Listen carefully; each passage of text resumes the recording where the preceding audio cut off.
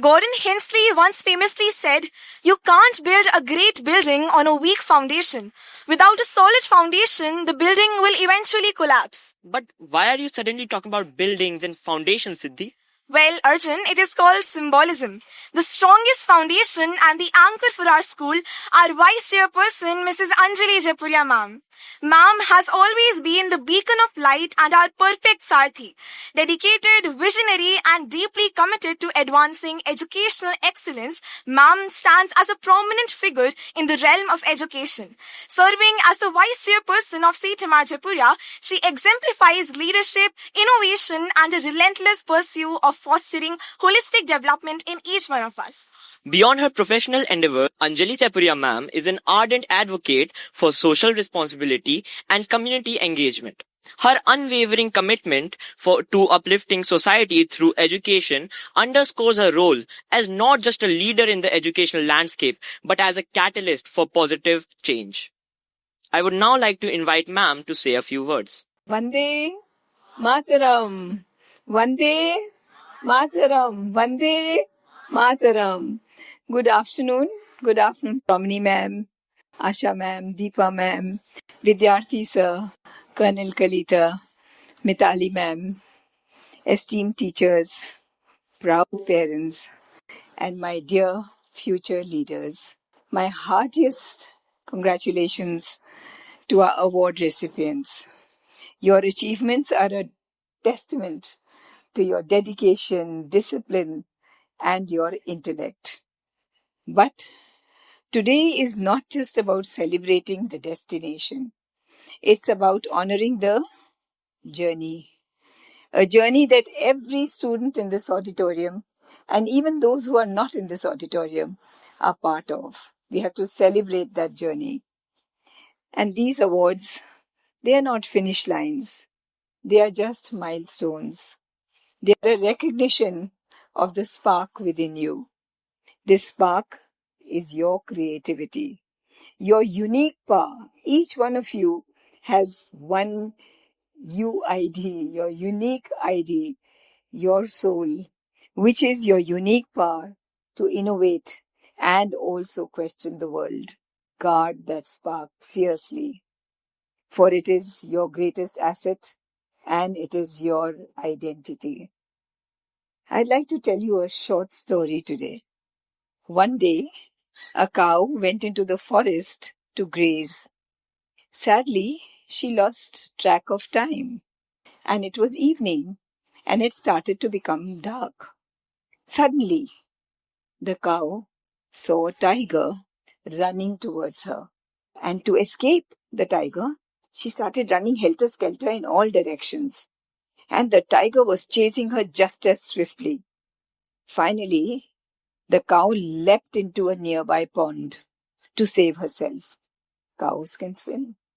The tiger also jumped after her in the pond, right behind her, eager to catch his meat. Unfortunately, the pond had very little water. The cow swam to the center, where the mud was deep, and she got stuck neck deep. It was quicksand in the center. The tiger also followed her, not knowing that there was quicksand. And the tiger also got stuck in the same mud and could go no further without drowning. Now both of them are stuck in the mud, facing each other, and they were unable to move. Since neither could do anything, they started a conversation. And the cow calmed down a bit because she knew the tiger can't move any further. And she asked the tiger, "Tiger, do you have a master?" The tiger replied very proudly, "I have a master? I'm the king of the jungle. Why will I need a master?" Then the cow said, "See, all your greatness and strength haven't helped you now. You are the master of the jungle, you're saying. But has your greatness of being the master of the jungle, is that going to help you to get out of this quicksand? None of this greatness can save you in this situation." The tiger replied, "Badi badi baatein karte ho. Your condition is any different from me. You're also stuck neck deep and you are near death also. So who's going to save you? And smiling very gently, the cow said, "You're mistaken. I have a master." And you guessed it, my dear children. And she said, "If I don't return by evening, my master will come in search for me. No matter how far I am, he will come looking for me. And once he sees me in this muddy pond, he will take me home safely." But who is going to come to save you? You don't have a master. Just then the cow's master arrived. With great difficulty, he pulled the cow out of the quicksand and was taking her home safely. They both looked at the tiger, and they could have pulled the tiger out also if both of them and some more people could help. But they realized that if we save the tiger has a normal, natural nature, and it would endanger their lives. So they left the tiger behind in the mud and walked away. Now, what does the cow represent? Children, what does the cow represent? A disciple who has surrendered himself to a guru, a master, a mentor. Yes, beta? What does the tiger symbolize? You put up your hand. Ma'am, he's the supreme God. Tiger? Yes, ma'am, when we surrender to the God. No, who was surrendered to the God? Cow or the tiger? Cow surrender. The cow was surrendered to the supreme God or guru or master. Tiger is us, the person who is not conscious about the self. The tiger is the ego-driven us. Yes. The one who thinks, हमसे better क्या है? What master, what guru, what teacher, what mentor? That is the tiger, right? And what does the muddy pond represent? I think the difficulties that are there in our lives. And where are the difficulties? Outside us or also inside us? Both. Yes, the greatest difficulties are inside us. The outside difficulty only shows us, points towards our negativities. When we raise ourselves out of our negativities, the outside circumstance starts changing, right? So, and who does the master symbolize? Ma'am, our teachers, parents, mentors, the ones who will help us when we are in difficulty. And why only in difficulty? दुख में सुमिरन सब करें, सुख में करे न कोई, जो सुख में सुमिरन करे, दुख काहे को होए, right? So, where is the guru? The real guru, Sri Aurobindo has said, is within us, our soul. The real guru is within us, our soul, right? And Sri Aurobindo said, outside we have to do our acts, but within us, we have to be connected all the time. And that is why in Jaipuria school we have this practice of remember, offer, invite. Invite whom? The divine within. Remember the divine within. Whatever we are doing, we offer to the divine within and we invite the divine into the act. तो हमने अपने गुरु को invite कर लिया कि अब आप हमारे through act करिए, right? And we have to do it continuously. And then we hold the spirit of Bhagvat Ichha. Let thy will be done.